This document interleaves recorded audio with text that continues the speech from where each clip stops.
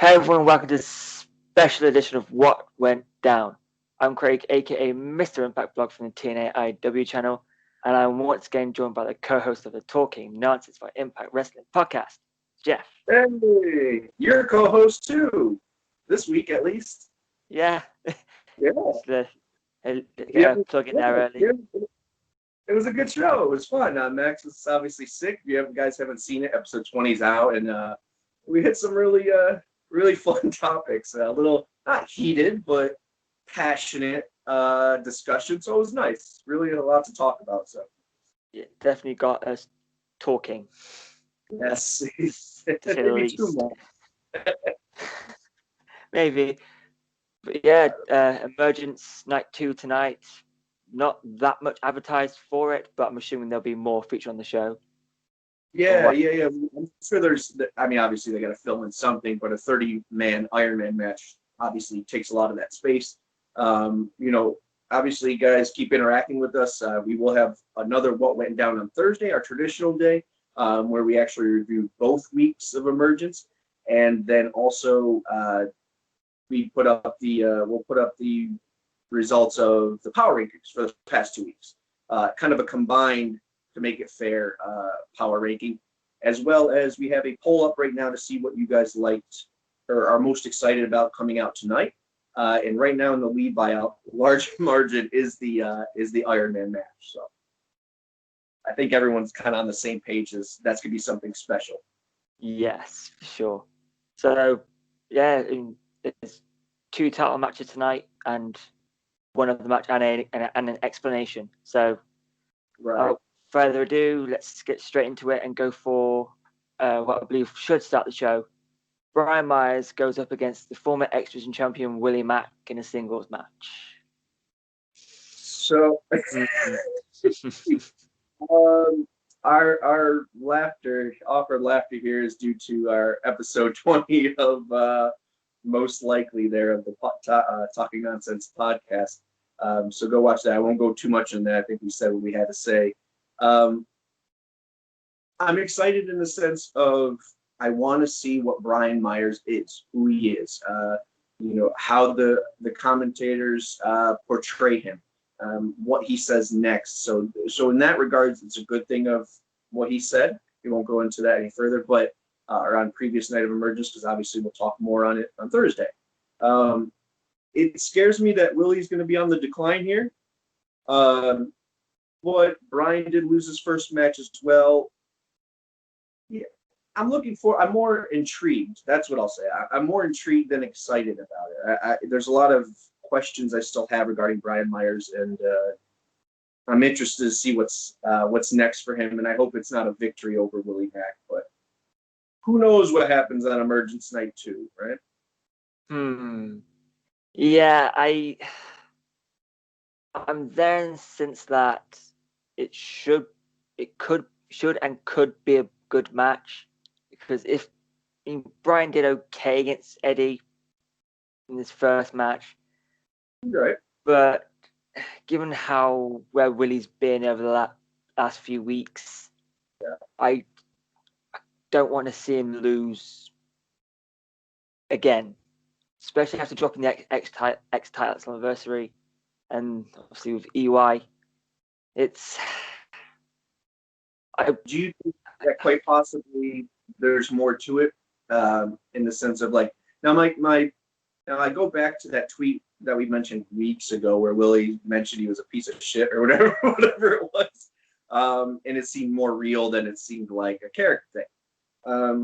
But if you want to take the other side of that coin, maybe it is a work. Maybe he is going to be on a downward spiral for a while until he ultimately turns on Rich, because he's been the vein of his existence. And if you think about it, everything he's losing, everything he's doing or talking about has been his friend. And every time he does talk about it or tries to defend him, he gets his ass beat. So maybe this is something more than, I hope it's something more than what we believe it to be. So in that regards, if it serves a bigger purpose, I think we'd be okay. But if it's just another Willie loss, you mentioned it that time where, Willie is missing that spark or that whatever, or that aggression, and we got a little bit of it recently. So maybe a heel turn is what he needs to kind of rejuvenate or create a character. He really doesn't have a character. But if there is a turn coming for Willie, isn't Brian Myers technically a heel now? He's the most professional wrestler and just a dick towards Eddie. Yeah, no, you're right. Brian's a heel, but I don't mean he does a heel turn here. I just think this is maybe a build up to his heel turn or eventual realization of who he is he's been on a losing streak, and now, like, what the hell is the reason behind that? And maybe it's his kindness to Rich or caring about others. I don't know. I'm shooting blanks there, but I'm hoping that's the case. Yeah, so like lose matches, get frustrated, then eventually turn heel on whoever he's. Yeah, yes. I catch what you mean. So then we will move on to EC3 explaining why he stole the TNA World Title. Yeah, this was surprisingly. Now we do run the polls for 6 days, so it could change. But we're I think we're past 100 votes already, so it might be hard to get it back up there. But EC3 actually was second up in second place currently, or at least when I looked last. And I think that's because there's a lot of intrigue here. We talked about it on the podcast, and we'll definitely talk about it after we see the results on Thursday, or we'll talk about it Thursday. I think the reason I'm so interested, not excited, but interested, is because once again, the rumors of he's not locked in, which we knew, but was at ROH's taping. He might be eventually at AEW. So I'm more interested to see where they go from here and how they tell that story. So it intrigues me a lot. I just don't know how big of a follow-up or moment it will be, since there's only 4 segments on the show. Maybe it's a huge thing that happens. It's more than just him saying, "Oh, I got the title, screw you, bye." Maybe it's more. So that intrigue is there for sure. They set the groundwork for that. Yeah, I mean, when it first happened, I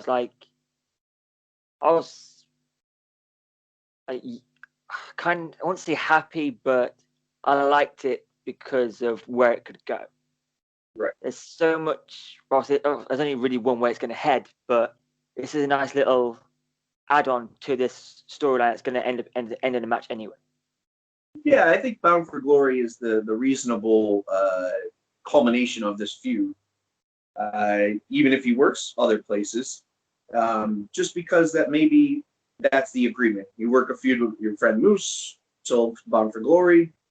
I mean, he's probably taped a lot. They did another set taping, so they're probably almost good to Bound for Glory, if not really close. So we'll see where that plays out. I'm trying to dial that back and go back to pre-spoiler mindset and say, okay, EC3 joined Impact. I'm going to just watch it and see it develop. Right. Yeah, I mean, I saw some people, I don't know if concern is the right word, but they were talking about EC3 showing up on Ring of Honor with the TNA World Title. Now, I don't see that happening because, one, they've already pre-taped, so maybe Moose gets it back into these tapings. And also, there's no way in how Ring of Honor are going to let that title on their show. I know they let the Impact World title on, but they didn't mention it at all. There's no way in how they're going to do that. Yeah, they did it with Aries.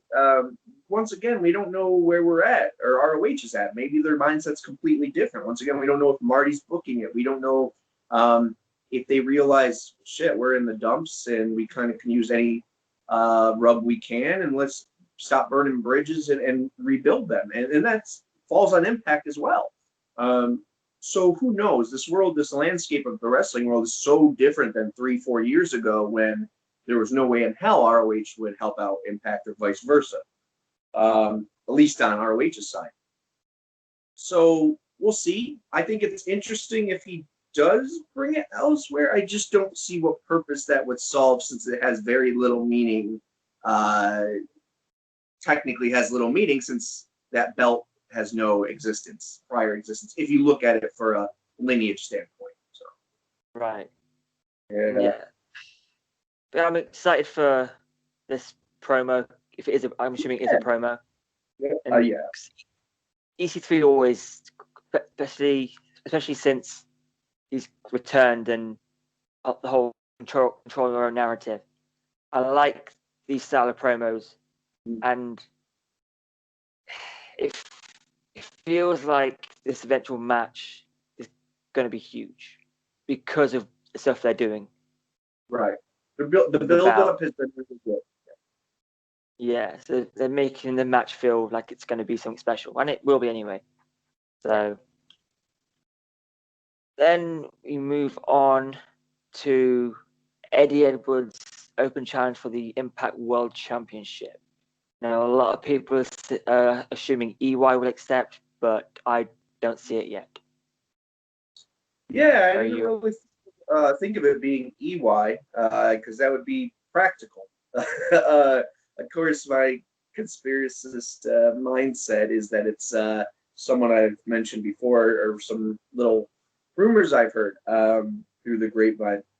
And I think I mentioned that here, or I think it was here with you. Yeah, because we thought he would defend twice. So I don't know if I'm going to stick with that. I'd like to. But obviously, there's a lot of tapings that we still have yet to see. So maybe that develops elsewhere. I had mentioned Davey Richards. Maybe I mentioned someone else off camera, but I won't mention that. But I heard a little rumbling about a Chris Hero too. So could it be something that surprises us? It could be. Same time, I don't know if anyone recently debuted. I don't think that has gotten out yet. So it's going to be exciting either way. If EY's music hits, I'm okay with it. Like you had mentioned prior, you thought they would, battle get their blood feud over with earlier, sooner than later, because you're looking at Rich versus EY at Bound for Glory. So either way, I don't think Eddie loses it. It's not main eventing it, so I can't see a giant swerve or storyline happening. But once again, it's 4 segments announced on a 2-hour broadcast. So I'm sure there's a Wrestle House in there. So I don't know. What are you feeling? You feel it's someone that's already there and it's not going to be a surprise, or you feel? Well, I mean, I did see obviously the Impact roster really hyping these tapings up. I know they do all the time, but after Slammiversary and all the hype there, I can see something a little bigger happening, maybe. But I don't know. Until you literally just mentioned it, I completely forgot Chris Hero is even a free agent. I would love to see him accept it, but would they put that in the main event, or would that be the main event if he did come in, or is it the right spot, like not mid card but pre-main event? Yeah, unfortunately, I think the match, unless the Eddie versus whoever match is going to have something insane happen, some kind of storyline that ends the show that leaves us on a cliffhanger. I can't see it main eventing over an Iron Man match that has the making of being something special.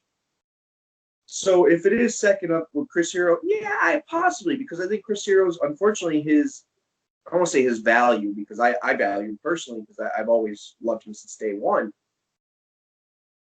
But I think his stock has diminished being an NXT kind of for these past few years. So it'd be cool to see him. I'd love to see him and get that opportunity for him to get his name out there a little bit and some buzz back for him. But is that going to be on a second main event and losing to Eddie? I don't know. Who knows? I'm going to hope for the best either way. If it's EY, like I said, I'll be excited too. I don't see a title change coming either way, unless it is EY and something with a Team Canada or eventually, or we had speculations names, unless something bigger happens. I don't see a title change. No, I can't see it either. It is technically a TV show, and I'm for one, I'm getting a bit annoyed with seeing titles change on TV. Yeah, really. You're a traditionalist in that? I don't mind it occasionally if it calls for it, but I think the last title, well, obviously, all titles, minus the tag titles, changed hands at Slammiversary. But before that, it was.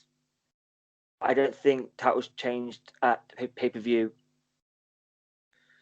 since Hard to Kill, but that was only the world. Yeah, but back then, it's a double-edged sword, because now that they have the ability to be live, in the sense no one knows what's happening and there's no spoilers out there, it makes it more possible that they would do a title change on a live episode of Impact. To get that hype, anything can happen, etc. I'm a traditional sense of, yes, I love the big matches being at pay-per-views. I love the title changes being at pay-per-views. But I understand why they could do it on a television show. Just because the believability aspect of it is, okay, I could beat you at a pay-per-view because I'm so prepared, but I can't catch you slipping and beat you at a TV show. It just, I know it's not real, but I'm not really against that. As long as it's not harming either the future title run that person just, that win and, from there on, or the person who just lost it. Yeah, I agree. Well, this is quite a big topic, so maybe it'll feature on the next episode of the podcast. So who knows? Then the main event, 30-minute Iron Man match for the Knockouts Championship. Deonna Perazzo going up against Jordynne Grace. Oh boy. Yeah, man. I it's overwhelmingly winning that poll, but I didn't think it would be. Now, granted, the build-up has been really good. The match at Slammiversary was amazing. Can't say enough great things about it. Kudos to Impact management realizing that and just saying, "Oh yeah, that was great. Let's see what they can do for 30." But I'm more surprised that in such a short period of time they built so much hype for that feud. It hasn't been that long in retrospect, especially with the title change as well. But I think anyone could take this. I prefer it to be Deonna because I think Jordynne needs a little more. I still think she needs a heel turn. I still think she needs to back up Deonna and say, you know what, you are, you have my number. Like, I'm ready. Let me, be with you. Or I don't know how you want to say, however they word it. But point being, I want Deonna to win. I want it to be close. I always love when there's only one pinfall in these, but I don't mind if there's multiple. Just when there's multiple, it's kind of predictable, right? Like, okay, if it's last minutes and it's tied, oh my God, probably go 5 more minutes. That's usually how it works. But not only is it, a great sign that we're having the first ever women's Iron Man match in TNA history, it's main eventing. It's got the most buzz out of any of these matches or segments. So it's a great sign for the Knockouts division in general that we constantly applaud, to see that other people agree and that, the Impact management still believes in it. Because for a second I thought, we're still slipping with this women's tag that hasn't been announced yet. And I don't want anyone to catch up to us in that department. So the sooner we could do things like this and keep the momentum going, I'm just excited all around. Yeah, I mean, 11 an Iron Man match.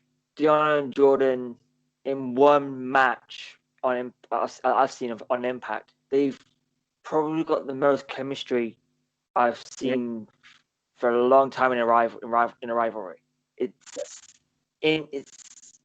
instant as what's the word I'm looking for? It feels natural. Natural, organic, so soon, and I can't. I can't see Deonna losing. So, but I agree. I like it when it comes down to the final pinfall. Yeah. But, Like 5 seconds to go and someone gets the pin. Yes, it's build the drama. If you could build that arc during a match to where you're like, oh my God, who's going to win? And that's in a normal match, you're excited. But to do that where there's multiple times or opportunities for that feeling to come into play is a really cool thing. And it's unique and it can create something special. And I 100% agree with you as far as the organic, natural feeling of their chemistry. Because to my knowledge, I've never seen them wrestle before this, before Slammiversary. And I think it comes down to is you got Jordan, who is, I would say, one of the very few women in the world who portrays that, that strong woman vibe that she can actually, lift some shit and do some damage. And on the flip side, you have Deonna, who I think may be the only woman in the world right now that you could say that girl's a technician. Like that chick is, and maybe even more so than some of the men out there right now. So them two styles complement each other very well. Very Joker and Batman-ish. You got the person who's whatever, the yin and the yang to each other, that just gel so well. So I think I could talk about this for an hour, but I'm going to watch it for 30 minutes plus, and I'm so excited to do that. Yeah, I couldn't agree more on that. I mean, the knockouts have obviously been a huge staple for Impact since they won. Yeah, it dropped occasionally, but it was always the thing they pushed to be the best. Right. X Division just maybe slightly above, but the knockouts were always there. Yeah. Always creeping up. Yeah, it's been a constant, and you look at it as tag team wrestling for Impact. It's those. The main event scene has always been Impact's downfall, and even when it was good, that's not anything against those guys. It's just the booking or the management at the time always invested in ex-WWE guys, or slowing the pace down, or that's going back to the first days of TNA. Guys who kind of wrestled that WCW style of match. Now, the tag team division and the X division and the Knockouts division have always been a highlight of the wrestling world. Like, you knew that even though some other shit might have stunk, like, you're always going to get a good, and they really built that tag team division back up. They really had some weird influx with the X, and they got that back up. But women's has always been that constant, even if there was that little, okay, this is kind of weird. We're getting to more of a, I know you like her, but Velvet, kind of that diva-ish kind of wrestler. We always got back on track. And to be at this point is just very exciting. Very exciting. Agreed. So that's what we have to look forward to at Emergence Night 2. More things. Yeah, 4 things. Be on Access TV in the US and Canada. I don't know the timings, but I'm assuming. There we go. And the UK, it'll be on from circa 2 a.m. on Wednesday on Impact Plus, and then on Friday at 9 p.m. on Wednesday, and then on Friday night at 11 p.m. on 5 Star UK. And Sunday in the States on Sunday for Impact Plus app as well. There you go. There's all the chances to watch it. Please do. I'll be live tweeting again. And if you didn't get a chance to watch Craig's debut on the Talking Nonsense About Impact Wrestling podcast, it was a real fiery one. I will be putting links through my live tweets because the power rankings won't take place till after. But thank you for your interactions, guys. Keep them up, because on Thursday's show we will be taking a lot of your responses and tweets to us regarding what you thought of Emergence, and we'll be including them. You'll see them right on the screen, so it'll be a good time. And thank you for interacting. We hope you enjoy Emergence Part 2. What are you most excited for that? Before we go, knockouts. Yeah, has to be the Iron Man match. It just has to be. It has to be. And it's funny because I'm looking I hope we disagree on some, but we're very like-minded in the sense of like, some things you can't escape, and even if we want to force the narrative of debate, it's just hard when something that glaringly good is there. So I hope it doesn't let me down. I don't think it will. The anticipation is building. Completely. So that was what went down. Special Emergence preview. You can find us on Twitter at TNA IW Podcast. You can find us same place on Facebook. Hit subscribe here so you don't miss out on anything we have coming up, which is something good, some good stuff coming up for you guys. Keep interacting. You'll see me and Geoff around the pages somewhere, so just follow us there. Thank you all for tuning in. We'll see you on Thursday for a feature-length episode of What Went Down on both nights of Emergence. Keep an eye out for that. Yeah, it'll be a good time. See you next week. I'll see you Thursday, everyone. All right.